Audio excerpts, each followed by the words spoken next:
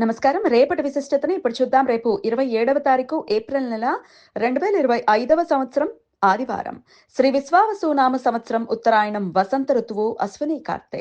రేపు చైత్రమాస అమావాస్య తిథి రాత్రి 1 గంట వరకు, తదుపరి వైశాఖ మాస శుక్లపక్ష పాఠ్యమి తిథి. అశ్విని నక్షత్రం రాత్రి 12:38 వరకు, తదుపరి భరణి నక్షత్రం.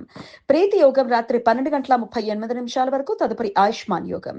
చతుష్పాద కరణం మధ్యాహ్నం 2:55 వరకు, తదుపరి నాగవ కరణం రాత్రి 1 గంట వరకు, ఆపై కింస్తుఘ్న కరణం ఉంటాయి. సూర్యుడు మేషరాశి అశ్విని నక్షత్రం 4వ పాదంలో సాయంత్రం 7:10 వరకు, తదుపరి భరణి నక్షత్రంలో సంచరిస్తాడు.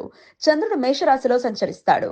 నక్షత్ర వర్జం రాత్రి 9:08 నుండి 10:32 వరకు, అమృతకాలం సాయంత్రం 6:20 నుండి 7:44 వరకు. హైదరాబాద్ ప్రాంతం వారికి రేపు సూర్యోదయం ఉదయం 5:53 సూర్యాస్తమయం సాయంత్రం 6:35 చంద్రోదయం లేదు. చంద్రాస్తమయం సాయంత్రం 6:14 అభిజిత్ ముహూర్తం పగలు 11:48 నుండి మధ్యాహ్నం 12:39 వరకు. దుర్ముహూర్తం సాయంత్రం 4:54 నుండి 5:44 వరకు. రాహుకాలం సాయంత్రం 5 గంటల నుండి 6:35 వరకు.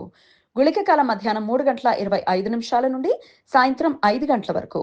యమగండం మధ్యాహ్నం 12:14 నుండి 1:49 వరకు.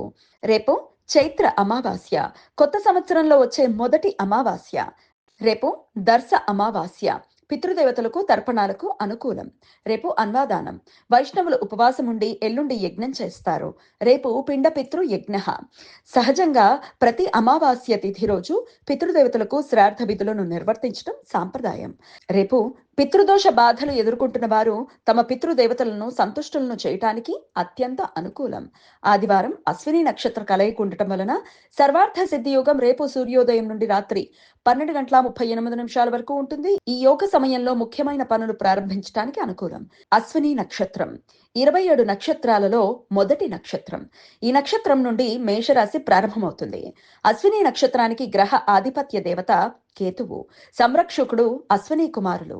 వీరిని సూర్య భగవానుని కవల పిల్లలు అని, దేవతల వైద్యులు అని పురాణ కథనం. కాళిదాసు రాసిన ఉత్తర కాలామృతం ప్రకారం మంగళవారానికి ఆధిపత్య నక్షత్రం అశ్విని.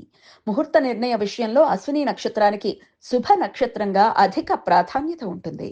ఈ నక్షత్ర సమయంలో మాంగళ్య సంబంధిత పనులు చేయటానికి, ఉపనయనం, సీమంతం, అన్నప్రాసనం తదితరాలు చేయటానికి అత్యంత అనుకూలం. అంతేకాకుండా క్షురకర్మకు, నూతన వస్త్ర ఆభరణాలు ధరించడానికి ఈ నక్షత్ర సమయం అనుకూలం. ఈ సమాచారాన్ని మనకు అందించిన వారు మేడికొండూరు విశ్వనాథ్ ప్రసాద్ గారు. ఆయనకు కృతజ్ఞతలను తెలియజేస్తూ నారాయణ స్మరణతో సమస్త సన్మంగళాని భవంతు. నమస్కారం.